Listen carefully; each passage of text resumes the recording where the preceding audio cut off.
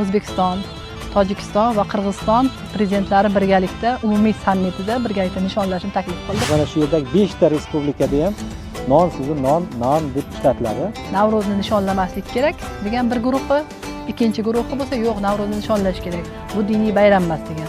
Qandaydir ko'rinmas bir iplar borda, bizda boshqacha, bularda boshqacha bo'lish kerak degan. Aslida bitta mintaqamizda ular xristian, musulmonchilikdan umuman xabari bo'lmagan ularni hech qachon sun'iy yo'l bilan ham to'sib bo'lmaydi, to'xtatib bo'lmaydi. Arxeologik manbalarda qaraydigan bo'lsak, Navro'zni alohida bir namunasi qayd etilmagan bo'lsa-da, uning uchun umumiy bo'lgan bir taomlar haqida birozgina gaplashaylik. Bizni qishloqlarda bir vaqtlar qurttobo bo'lardi. Hozir ancha unutilgan, Tojikistonda hozir brend taomga aylanib, hatto UNESCOning nimasiga ovqatlar safiga kiritildi. Qurttobo nima degani? O'zi qurut degan so'z turkiy tildagi so'z. Shunday taomlardan biri tumoch. Tumoch bu ugra deb hozir saqlanib qolgan bir Tumoch deb ham aytishadi. Tumoch ham aytadi. Bunday olib qaraganda o'sha yuppa deymizmi, qatlama deymizmi, patirmi, sumalakmi hammasi o'sha Turon yillarida saqlanib ishlatilib kelyapti. Navro'z ayomingiz qutlug' bo'lsin. Bizni kuzatishda davom eting.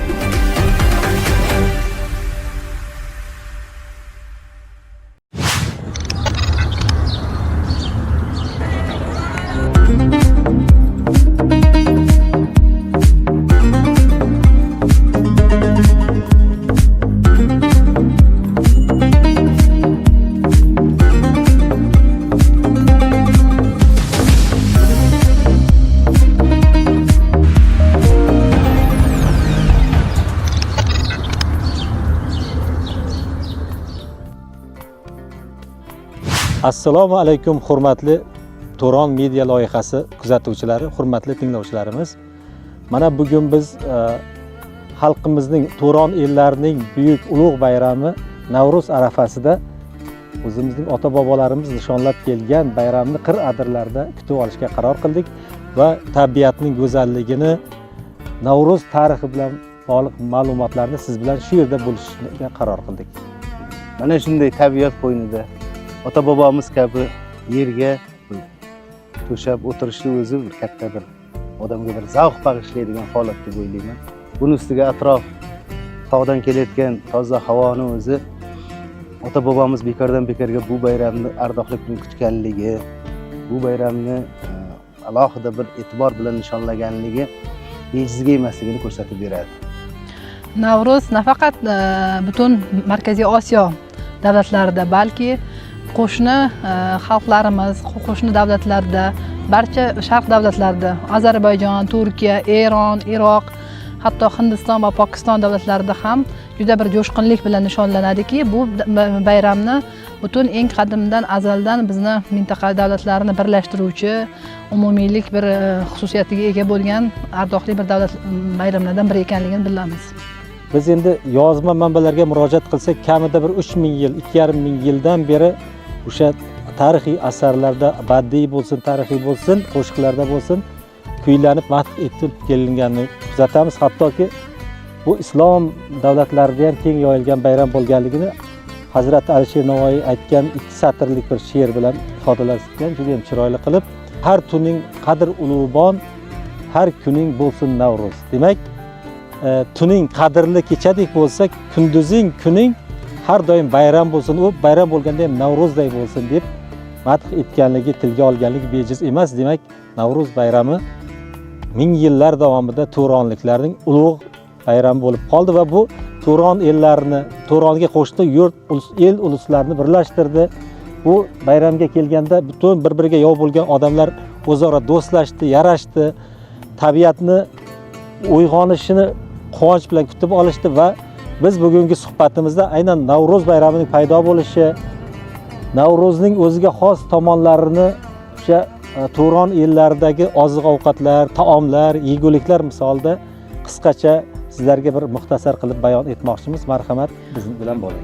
Shu o'rinda eslatib o'tishim kerak, yaqindagina Qirg'iziston prezidentini Sadir Jabbarovni bir o'rinli bir amaliy taklif bilan ilgari surdi. Ya'ni Tojikiston prezidenti Emomali Rahmonovning Qirg'izistonga davlat safari chog'ida shunday taklifni bildirdiki, bu yilgi Navro'zni mintaqa xalqlarini, mintaqa davlatlarini birlashtirish uchun va umuman yanada yaqinlashtirish, jipslashtirish maqsadida Tojikiston shahridagi Xo'jand shahrida bo'lib o'tadigan Navro'z bayramini O'zbekiston, Tojikiston va Qirg'iziston prezidentlari birgalikda umumiy sammitida birgalikda nishonlashni taklif qildi va bunday tadbirlar, madaniy tadbirlar albatta o'sha eng qadimiy azaliy bir bayramni nishonlash o'z yo'lida bir-biriga yaqinlashish, mintaqa xalqlarni yanada jipslashishiga xizmat qiladi deb o'ylaymiz. Shu o'rinda aytish kerak, Navro'z haqida, kelib chiqish haqida turli bir qarashlar bor. Shuni ham qisqacha to'xtalib ketdik. Demak, Avistodan boshlaydi ko'pincha, chunki yozma manbalar, ilk yozma manba To'g'ronning tarixini, geografiyasini, urf-odatini, xalqlarining turmush tarzini ilk bor qog'ozga tushirgan bu asar Avisto hisoblanadi. Hozircha topilgani, xalqlarga ma'lum bo'lgani shu. Avistoda bo'lsin, uning keyin boshqa variantlarda bo'lsin, hattoki o'sha 10-asrda yaratilgan Firdavsiyning Shohnomasi bo'lsin, Navro'zga bag'ishlab juda ko'plab she'rlar, alqovlar keltirilganiga duch kelamiz va uni afsonaviy, yarim afsonaviy ham deyishadi. Qadim Iron shohlaridan Turon hukmdorlari bilan bog'lab tushuntirishlar bo'ladi.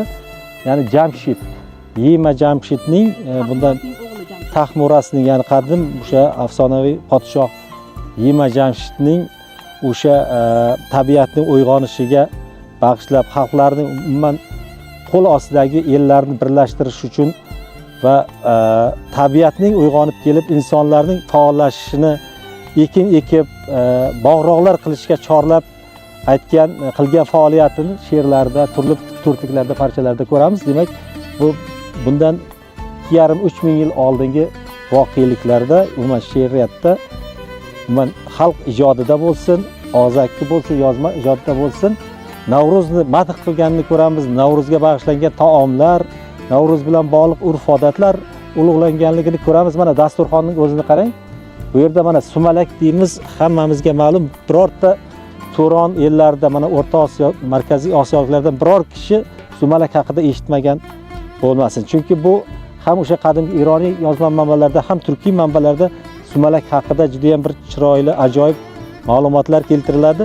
Biz suhbat davomida mana shuning kelib chiqishi, sumalak deb atalishining tarixiga ham qisqacha to'xtalib o'tamiz. Sadriddin Ayni, biz bilamiz, yozuvchi, o'zini asarida yozgan o'sha butun Turon ellarida, butun o'sha Markaziy Osiyo davlatlarida nishonlanadigan Navro'zni, ya'ni o'zbeklar, tojiklar, qoraqalpoq, qozoqlar, qirg'izlar, turkmanlar orasida nishonlanadigan Navro'zni afsonaviy Jamshid bilan bog'lamagan, balki u o'sha fasllarni qayta uyg'onishi, ko'klamni kelishi, xalqni o'sha qishdan chiqib olib ko'klamga yetib olganligi marosimi va o'sha dalalarda, dala qirlarda ishni boshlanish, ekin tikinchilikni boshlanish bilan bog'lab o'zini o'sha asarida yozib qoldirgan.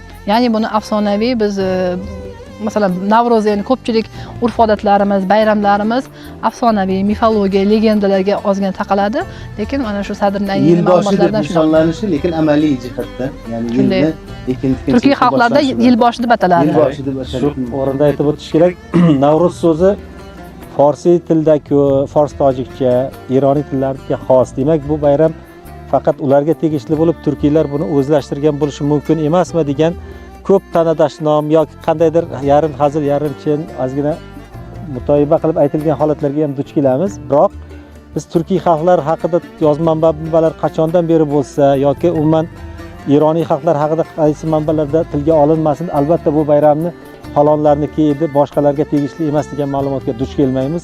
Turon va Iron ellarining umumiy mushtarak bayram sifatida aytiladi. Hattoki mana o'sha qadimgi Xitoy yilnomalarida ham turklar haqida yozganda Oltoyda bo'lsin, o'sha Sibirda bo'lsin, bular O'rta Osiyoda bo'lsin, o'sha aynan bahor kirib kelayotgan paytda yilboshi degan bayramni qutlashi, unda amalga oshirilayotgan urf-odatlarni, an'analarni sanab o'tganda aynan u Ironiy xalqlarniki bilan turkiy xalqlarniki bir xil bo'lganligini ko'ramiz. 1,5 ming yil oldin aytilgan yilnomalarda, Xitoy yilnomalarida bular deydi o'sha qir adirlarga chiqib, yosh yalang erkak ayol barchasi o'sha o'tlar ko'karib kelayotgan bir yaylovda yoki bir qirning ustida sayr qilishadi. Hamma chiroyli kiyimlarni, yangi kiyimlarni kiyib olishadi, raqsga tushishadi, qo'shiq aytishadi birgalikda. Keyin hamma bir-birini kelgan yangi yil boshi bilan tabriklashadi. Taomlar, eng sevimli taomlari bir umumiy dasturxonga qo'yib, birga yeyishadi deb aytishgan va aynan shu an'ana, shu odat hech tanaffussiz, to'xtovsiz hozirgacha yetib kelganlik bu biz uchun juda ham bir katta baxt. Bu bizning Turon ellarini birlashtiruvchi, birdamlikka chorlovchi bayram ekanligini bemalol aytishimiz mumkin. Arxeologik manbalarda qaraydigan bo'lsak, Navro'zni alohida bir namunasi qayd etilmagan bo'lsa-da, unda tayyorlanadigan taomlarni davomiyligini ko'rishimiz mumkin. Masalan, qadimdan eng birinchi o'sha neolit davrida ilk idishlar paydo bo'lgan davrdan boshlab hozirgi kunda masalan Navro'zda asosiy tayyorlanuvchi taomlardan biri bo'lgan qaynatma sho'rva tayyorlangan. Bu masalan ba'zi joyda aytadi osma sho'rva deymiz, qaynatma sho'rva deymiz yoki nimada qozoqchasiga sho'rpa deb qo'yadi.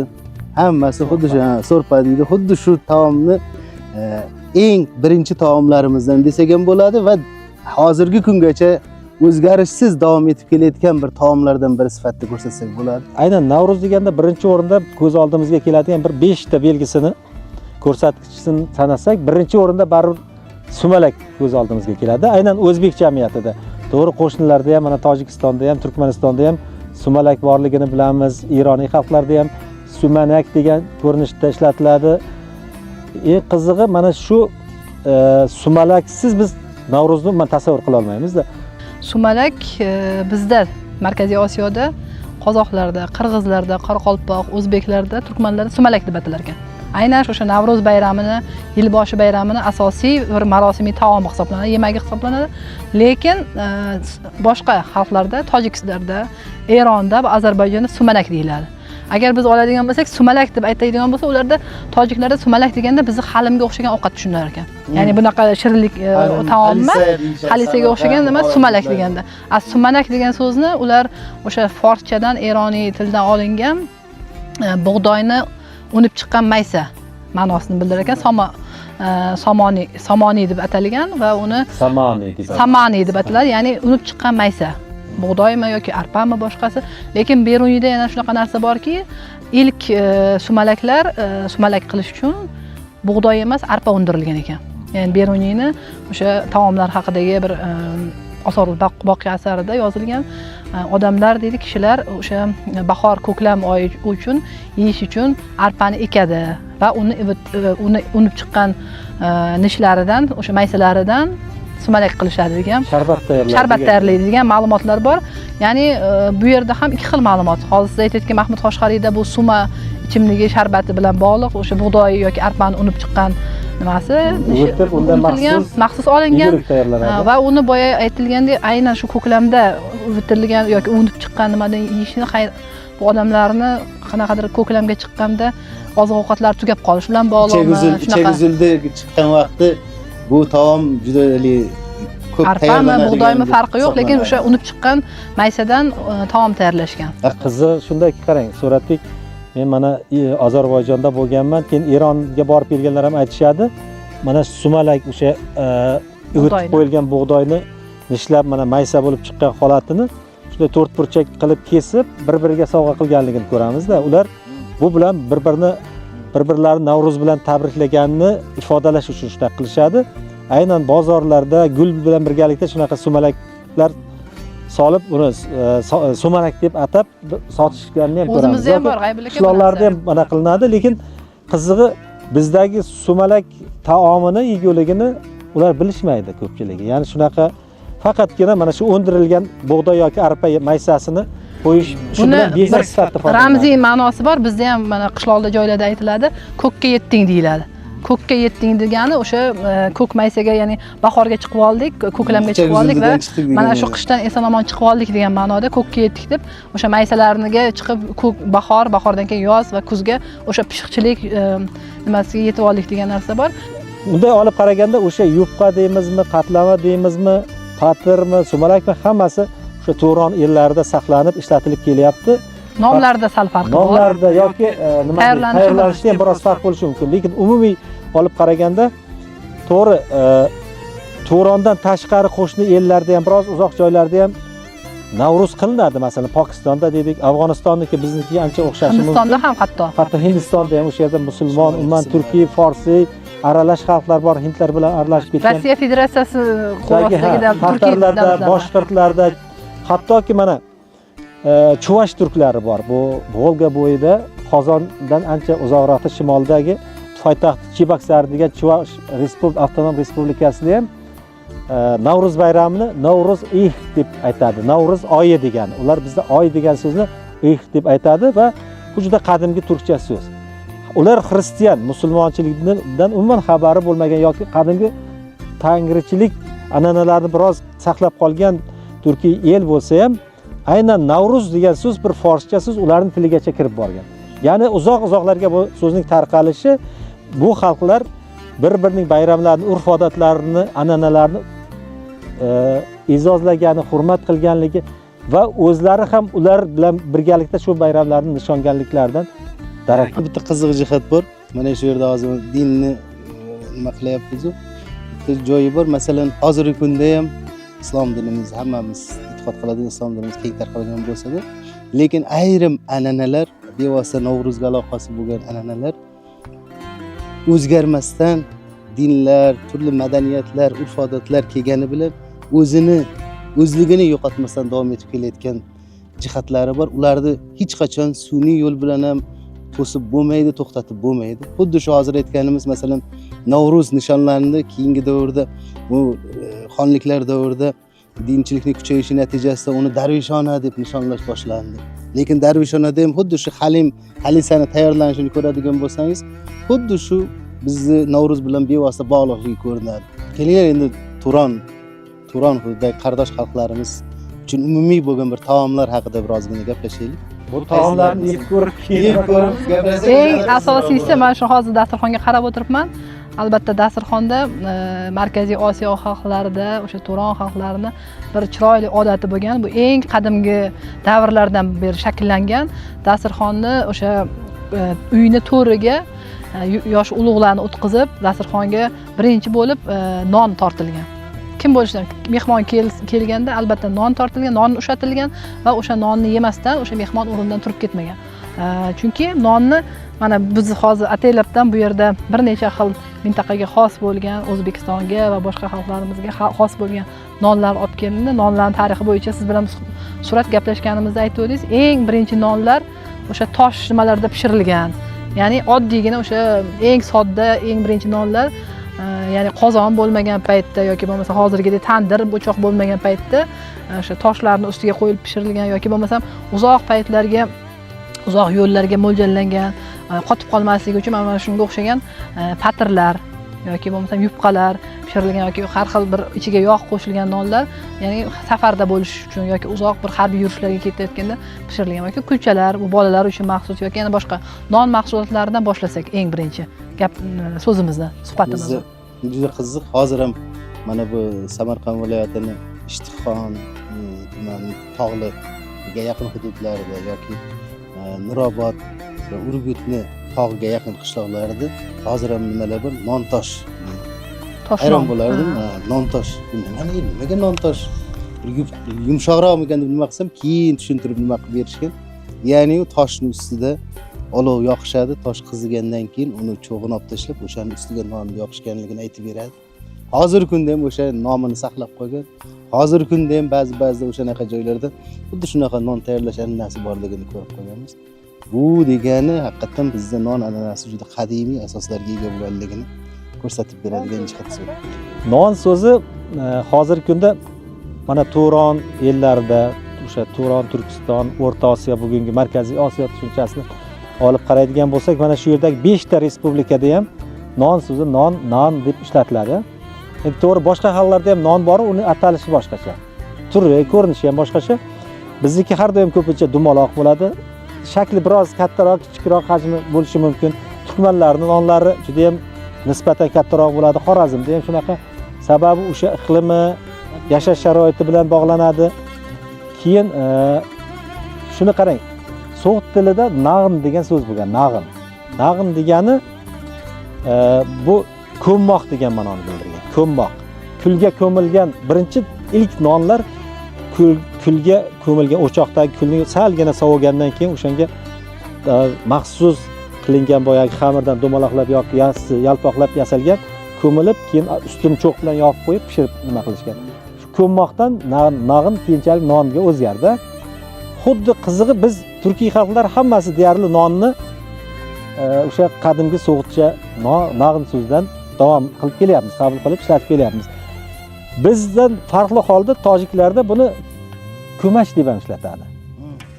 Qarang, ular bizdan olyapti, turkiylardan, biz forsiy ironiylardan bu so'zni qabul qilyapmiz. Ya'ni bir so'zning ikkinchi qo'shni xalq tomonidan bir-biriga o'tishi, o'zlashtirilishi umuman bir an'anaviy bir hol olganda, shunga o'xshash bir ko'p narsalarga duch kelamiz. Yana suhbatimiz davomida bu bilan sizlar bilan bo'lishamiz. Navruz taomlaridan yana biri o'sha sutli taomlar. Sutli taomlarni endi bu yerda hozir ko'rmasligimiz mumkin, lekin Munira boya siz qurut olib keldim deganingiz. Qurut juda ham qiziqda. Qurut bilan bog'liq hozirgi kunda butun dunyoga yoyilyapmiz, ochilyapmiz. Masalan, Markaziy Osiyo davlatlarini unchalik yaxshi bilmas edi. Shu Turon ellarining tarixini, ular haqidagi tushunchalar butun dunyoda biroz unutilgan edi. Mana afsuski o'sha Chor Rossiyasi davrida, keyin Sovet sho'rolar davrida mustaqillikka erishganimizdan beri mana 5 ta 6 ta qardosh xalqlarimiz bemalol o'zlarining o'sha milliy taomlarini qaytadan tayyorlab, qaytadan dunyoga tanitish imkoniyatiga ega bo'ldi. Hozirgi kunda mana ijtimoiy tarmoqlarni ko'rasizmi yoki yirik shaharlarimizga boramizmi? Ayniqsa Dushanbega borsangiz, Samarqandda ham buni ko'rib qolamiz. Buxoroda ham, Toshkentda ham hozir ochilyapti. Qurtoba degan ovqatini, taomini ko'ramiz. Qurtobani hozir biroz tayyorlashga ham urinib ko'ramiz. Endi qanchalik o'xshata olamiz, yo'qmi? Munira 1-2 marta tayyorlaganman dedi, lekin bizda qishloqlarda bir vaqtlar qurtoba bo'lar edi. Hozir ancha unutilgan, lekin Tojikistonda hozir brend taomga aylanib, hatto UNESCO'ni nimasiga ham ovqatlar safiga ham kiritildi degan xabarlarni o'qib qolamizda. Qurtoba nima degani? O'zi qurut degan so'z turkiy tildagi so'z. Qizig'i shundaki, turkiy tillardagi qurut shakli bor. Qurut dumaloq qilib o'sha yasab, qishloqqa nima qilib turistlar kelganda ham olib ketyapti. Juda ham keng yoyilgan. Bozorlarimiz ko'rkiga ko'rk qo'shib turgan qurutlar sotiladigan joylar juda ham ko'p. Ko'cha-ko'yda ham qurut sotishadi, lekin qurtoba degan taom biroz unutilgan. Qirg'izlarga borib ko'rasizmi, qozoqlarga, qoraqalpoqlarga, o'zbeklarning orasida qurtoba ayrim qishloqlarda demasa, shaharlarda birmuncha unutilgan. Qanaqa ovqat u deydi. Va keyin tojiklarning ovqati deb tushuntiriladi ularga. So'zning kelib chiqishi turkiy. Qarang. Yo'q, lekin unutilgan degan fikringizga qo'shilmayman, chunki zominda bir qancha qishloqlarda aynan qurtoba deb ishlatilar ekan va xuddi tayyorlanishi issiq patirni, unga oddiygina mana bunaqa oshirma xamirdan qilingan yoki bo'lmasa lochira yoki qattiq o'sha nimadan qilingan yupqaga o'xshagan nonlar emas, aynan patir. O'sha ichiga yog' solingan issiq patirni olib, uni ikki xil tayyorlanish varianti bor ekan. O'sha issiq patirni olib, to'g'rab, qo'lda bir chuqurroq idishga, ichi yassiroq chuqurroq idishga to'g'ralib, uni ustidan sariyog' qo'shilar ekan. Uyda tayyorlangan sariyog' va uni nima deydi, qo'lda ezadi va shuni o'zini ham yeyish mumkin. Bu ko'proq endi non to'g'rab yeyilgan sariyog'ga aralashtirib. Bu narsani faqat unga agar chakki qo'shilsa, o'sha suzma chakka qo'shilsa va uni ustiga agar ko'payib nima deydi, yana ham kuch-quvvatli qilish uchun, uni ta'mini ko'proq nima qilish uchun unga ozgina go'shtdan, qovurilgan go'shtdan ustiga nima deydi, zirbak qilinib qo'shilgan. Va bu narsa butun o'sha mintaqa xalqlari uchun xos bo'lgan taom bo'lishi kerak deb hisoblayman. Chunki shu ko'pchilik ovqatlari o'zida mana qurtoba bo'ladimi yo boshqa ovqatlar bo'ladimi, xamir yoki non va unga albatta shu sut mahsulotlari, qattiq, chakka, suzmadan qo'shilgan narsalardan bo'ladi. Va bu oddiy tayyorlanish texnologiyasi juda qiyin emas, lekin shu bilan birga oddiy xalqni kundalik taomlari sirasiga kirgan. Hurmatli Turon media loyihasining kuzatuvchilari, mana biz boyagina aytib o'tgan qurtoba Turon ellarining mushtarak taomi, yeguligi bo'yicha tayyorlanishi, umuman tayyorlab bugungi dasturxonimizga qo'yishga intilamiz. Buni mana Muniraxon, Suratbek uchovlamiz o'zlarimizning qishloqlarimizdan qilingan holatini kuzatib, momolarimizdan eshitganimizni ishga solib, o'sha tajribamizdan kelib chiqib qurtoba tayyorlashga harakat qilamiz. Sizlarni kuzatishlaringiz asosida buni yana keyingi ko'rsatuvlarda ham mana shu qurtoba taomi haqida suhbatlar qilishga va'da beramiz. Marhamat, qani boshlaylik qani. Mana Muniraxon buni hozir zamonaviy usulda qurutlarni kesib chiqyapti. O'zi aslida buni yana ham mazali bo'lib chiqishi uchun buni uvalab boyagi kaftning mana bu aloqam deydi-yu, mana hovuchning shu nimasi bilan o'sha kosada endi mana shunday qilsa yaxshi bo'lar ekan, oson ham bo'ldi. Ko'rdingizmi siz uni turib surat bergan bizni qishloqlarda ham bir vaqtlar bo'lardi deydi, lekin hozir qurutni ezing desak qanaqa ezilar ekan deb biroz ikkilanib qoldi. Demak, ezildi to'g'ri. Zamonaviy usullarga o'tib ketishyapti. Afsuski zamonaviylik yaxshi, ancha oson bo'ladi, taomlar tez tayyorlanadi, oson isitasiz, oson pishirasiz, lekin mazasi oldingidek bo'lmaydi. Masalan, hozir Tojikistonda o'sha brend taomga aylantirdi qurtobor. Butun dunyoga nima qilishyapti? Butun Rossiya-yu, Ukraina bo'lsin, bu yoqda boshqa qo'shni Yevropaga qo'shni davlatlar bo'lsin, O'rta Osiyo taomlari deganda ko'proq o'zbek oshi, palovi, somsalarimiz mashhur bo'lib ketdi. Butun post-sovet davlatlari deydi va o'nlab davlatlarda o'zbek oshxonasi mashhur. Yevropada turk oshxonasi qardoshlarimizni endi tojik oshxonasi ham umuman o'zbek oshxonasidan, umuman Turon ellarining boshqa oshxonasidan umuman deyarli farqi yo'q. O'sha hozir ular brend taomga aylantirganda qarang nima qilishdi bilasizmi? Qurtobani zamonaviylashtirishdi. Bir vaqtlar buni 200 yil oldin pomidor qo'shilmagan, balkim 100 yil oldin ham qo'shilmagan. Shunaqa 100 yil. Keyin ustiga boyagi ko'katlarni turli tuman qilib nima qilishyapti? Ko'katlar lekin bizda bo'lgan qadimdan. Ya ko'katlar bo'lgan bilan Shivit bo'lgan, qo'shish bor, keyin masalan rayhonni qo'shish, ziravor qo'shish bo'lgan. sirkalar bo'lgan hammasi. Shuni do'qilayapman-da, shu do'qilash juda ham qiziq. To'qilash deydi qadimgi turkchasida. Bitta harfga o'zgaryapti. Aslida qurtobni qilinishi faqat Tojikistonda emas, mana Qashqadaryoda, Zominda, Jizzaxda, tog'li hududlarda, Samarqand, Buxoroda ham unutilgan ovqatlardan hisoblanar ekan. Chunki keyinchalik mana mustaqillikdan keyin so'nggi 10-15 yillarda mahsulotlar ko'paydi. Chet eldan kirib kelayotgan yangi mevalar, ovqat turlarining ko'payganligi, mana tez pishar ovqatlar ko'payganligi uchun bu ovqatlar qadimgi o'sha suzma, oddiyroq endi. Go'sht va mana shu xamirdan tayyorlangan ovqatlar nisbatan unutilib, tayyor tez pishadigan ovqatlarga o'tib ketishdi odamlar va turli xil taomlar ko'paygani. Lekin hozir yaxshiki mana shu qadimgi ovqatlarimizni nomlari tiklanib, qadimgi o'sha milliy kiyimlarimiz, milliy ovqatlarimiz o'sha brend sifatida olib chiqilayotganligi bizni mintaqamizni, Turon mintaqasini dunyoga tanitishda bir qo'l keladigan bir yaxshi bir vosita desa bo'lar ekan. Mana yogurt bilasiz, sut mahsuloti. Biz ham eshitganimizga bir 20 yillar bo'lyapti. Mustaqillikdan keyin yogurt kirib kela boshladi. Yogurt deb aslida yogurt deb Mahmud Qoshqariyda bor. Aynan qatiqqa o'xshash taomni aytadi, yegulikni, ya'ni sut mahsulotini. Bu so'z ko'proq mana shu Ozarbayjonlarda, Turkiyada, Gagauz turklarida yogurt shaklida saqlangan. Biz O'rta Osiyo Turonliklar hozir yogurtni Turkiyadan kirib kelgan so'z deb aytyapmiz. Aslida bizni o'sha Navoiy davri bo'lsin, Bobur davri bo'lsin, Mahmud Qoshqariy yashagan davrlarda bo'lsin, 1000 yillar oldin yogurt ko'rinishda bizda ham bor edi. Sekin-sekin unutilib ketdi. Bu so'z o'rniga boshqa so'zlar chiqdi. Jurg'otchi, jurg'ot.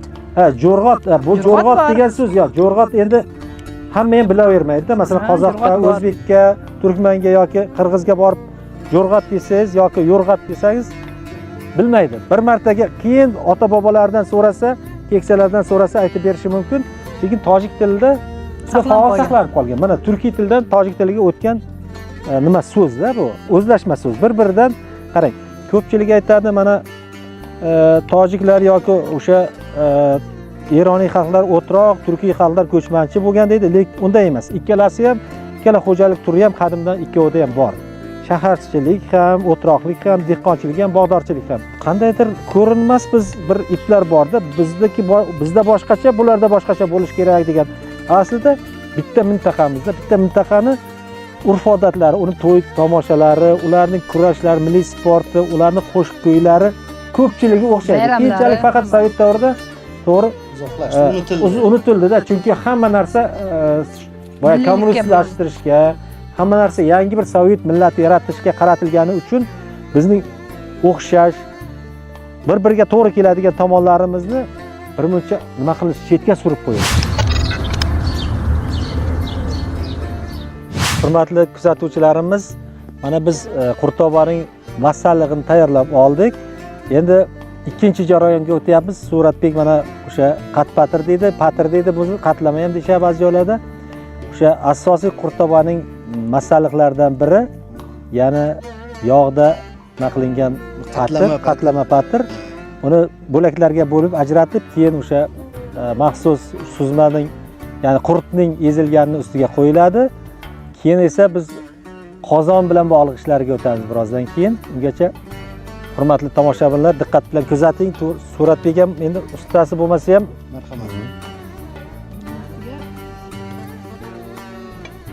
Endi hurmatli kuzatuvchilarimiz, biz endi bu professional odamlar emasmiz, oshpazlar emasmiz, hatto ko'pchiligimiz ovqat qilishni ham bilmaymiz. Sharoitida moslashib. Sho'rvani men masalan sho'rvani juda ham chiroyli qila olaman. Bizni Qashqadaryo, Surxondaryo tomonlarida ko'proq sho'rva, qaynatma sho'rva, to'ydami, uyga bir mehmon kelganda ham, bayramlarda ham, mana shunaqa marakalarda ham birinchi o'rinda qo'yiladigan va siylab qo'yilgan taom hisoblanadigan bu sho'rva, qaynatma sho'rva. Qizig'i shunda Tojikistonda ham, Janubiy Tojikistonda, Kulob, o'sha nima tomonlarida, Xatlon degan viloyatlari bor, Amuda, Hisor viloyatlarida ularda ko'proq qaynatma sho'rva, o'sha to'ylarda bo'lsin, mehmon kelganda ham qaynatma sho'rvani mehmonga berish, tanovul qilish, taklif qilish eng katta hurmat belgisi hisoblanadi.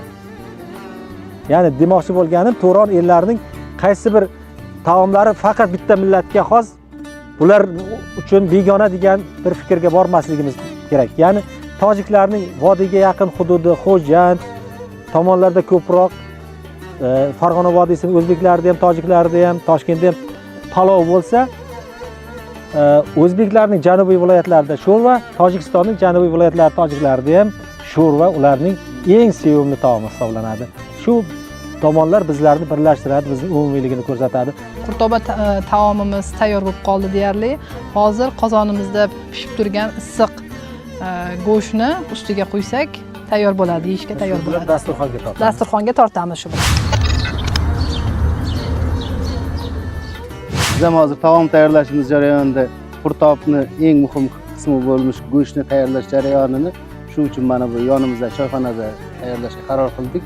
Chunki tabiatni asrash bizning vazifamiz, bizning burchimiz. Shu hozir mana Munira opamiz go'shtini tayyorlab keldilar. Qurtobaning eng mazali desa bo'ladi, ajralmas bir qismi bo'lgan go'shtli taom ustiga qo'yiladi. Maxsus qozon nimada o'choqda pishirdik, qozonda, va buni endi qurtobaning ustiga qo'yib dasturxonga tortamiz. Shu bilan bizning qurtoba taomimiz tayyor. Qani marhamat taomga. Tatib ko'ringlarchi. Marhamat.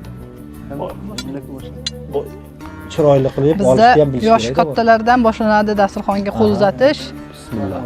va eng oldi taomlarni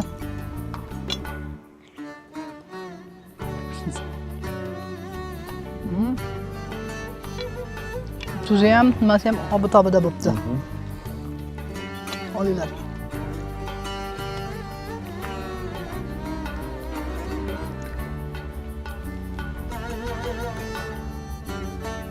Demak, biz tarixiy shu paytgacha unutilish arafasida turgan yoki qaysi bir joylarda qismat saqlanib qolgan taomlarimizni ham tanishtirishni, sizlarga yetkazishni niyat qilgan edik.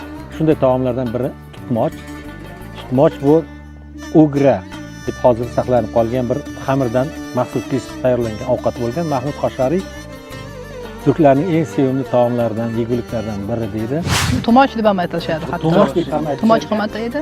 Buni o'sha Mahmud Qoshg'ariyni Devon lug'at turkida yozilishicha Iskandar Zulqarnayn nomi bilan bog'lashadi. Aynan o'sha Iskandar Zulqarnayn davrida qo'shinlar orasida qattiq ocharchilik bo'lgan paytda shunday ovqat tayyorlanganda tutma och degan. Ya'ni bu endi xalqqa etimologiyasi hisoblanadi aslida.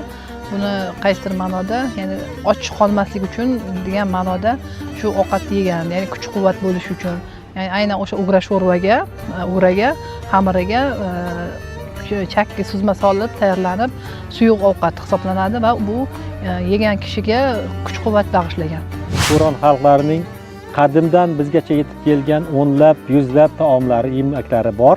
Shulardan bir qisminigina keltirib o'tdik bugungi chiqishimizda demak bu qurtoba bo'ldi. Qurtob, qurtoba deb so'zlanadigan, ishlatiladigan bu taom butun Turon ellarida, Markaziy Osiyoda yoyilgan, ba'zi joylarda unutilgan bo'lsa yana qaytadan tiklanyapti. Shunda taomlarimizdan yana bir nechtasini keltirib o'tishimiz mumkin. Bizning taomlar faqatgina sodda, oddiy, kam suqum ovqatlar bo'lmagan albatta. Turkiylarning, turonliklarning, turki tojik xalqlarining eng sevimli taomlarini asosan etli, go'sht mahsulotli taomlar tashkil qilgan. Shulardan biri shashlik. Ko'pchilik shashlikni kavkazliklardan bizga o'tgan, hatto shu so'z ruscha so'z bo'lishi ham mumkin. Bizning tilga keyinchalik kirib kelgan deb aytishadi. Aslida unday emas. Bunda 1000 yil oldin yozilgan Mahmud Qoshqariy bobomizning Devon-i Lug'ati turk asarida aynan shashlikni eslatadigan taomlar keltiriladi. Shashlik tiziladigan go'sht, et tiziladigan six, shish deb keltiriladi va ruscha lug'atlarga ham qarasangiz shashlik so'zi yo Kavkaz xalqlarining lug'atlariga qarasangiz ham shashlikni turkiy tillarda o'tgan so'z shish va lik bir narsani yasaydigan qo'shimcha lik qo'shimchasi bilan yasalgan shishlik. Qrim tatarlar shishlik deb ishlatadi, turklar shishlik deb ishlatadi, shish kebab deb ishlatadi. Biz esa uni shashlik ko'rinishida ishlatamiz. Hattoki Tojikiyadagi shash 6 so'zidan lik qo'shilib forscha, turkcha so'zdan shashlik yasalgan degan qarashlar ham bor. Nima bo'lganda ham bizning taomlarimiz mana bir Navro'z taomlari misolida o'rnagida qarab chiqqanimizda ham umumiyligi, birligi, birdamligi barcha qarindoshlar uchun keng xosligi ko'rindi. Shu bilan biz ko'rsatuvimizni yakunlasa ham bo'ladi. Yana bir nechta taomlar bor edi, yemaklar bor edi. Muniraxon ularni ham davom etsak deyapti, lekin qardosh xalqlarda takrorlanuvchi, barchamiz uchun an'anaga aylangan taomlar bor. Bir qanchasi masalan osh ham xuddi shunday taom turiga kiradi. Chiqishlarimizda albatta bu taomlar, yemaklar madaniyati, Turon ellarining yemak madaniyati haqida alohida ko'rsatuvlar qilamiz. Nonushtada nima yeyishgan, tushlikda nima yeyishgan, kechki ovqatida nima yegan, issiq taomlar, sovuq taomlar, gazaklar, ziravorlar, umuman nima deydi, ko'katlar haqida ham Devon lug'ati turk bo'lsin, bunda 1000 yillar oldin yozilgan asarlar bo'lsin, forsiy turkiy asarlarda bizning xalqlarimizning dasturxoni, o'sha yemak ratsioni juda ham kuchli, baquvvat bo'lgan, boy bo'lganligini ko'ramiz. Demak, Turon media loyihasining bugungi chiqishi ham yakunlandi. Yangi yilimiz, yil boshimiz, Navro'zimiz barchamiz uchun qutlug' bo'lsin. Bu yil ekin-tikinli, barakali, yog'in sochinli yil bo'lsin. Gullarga burkangan bir bahor va go'zal bir fasl tilaymiz. Navro'z ayomingiz qutlug' bo'lsin. Bizni kuzatishda davom eting. Navro'z bayrami va mana shu milliy taomlarimiz, butun mintaqaga xos bo'lgan taomlarimiz barcha mintaqa xalqlarini o'zaro birlashtirsin, yaqinlashtirsin va ular o'rtasidagi tinchlik, totuvlikni olib kelsin va bizni kelajakdagi mana shu boshlagan ishlarimizni hammasini rivojini bersin.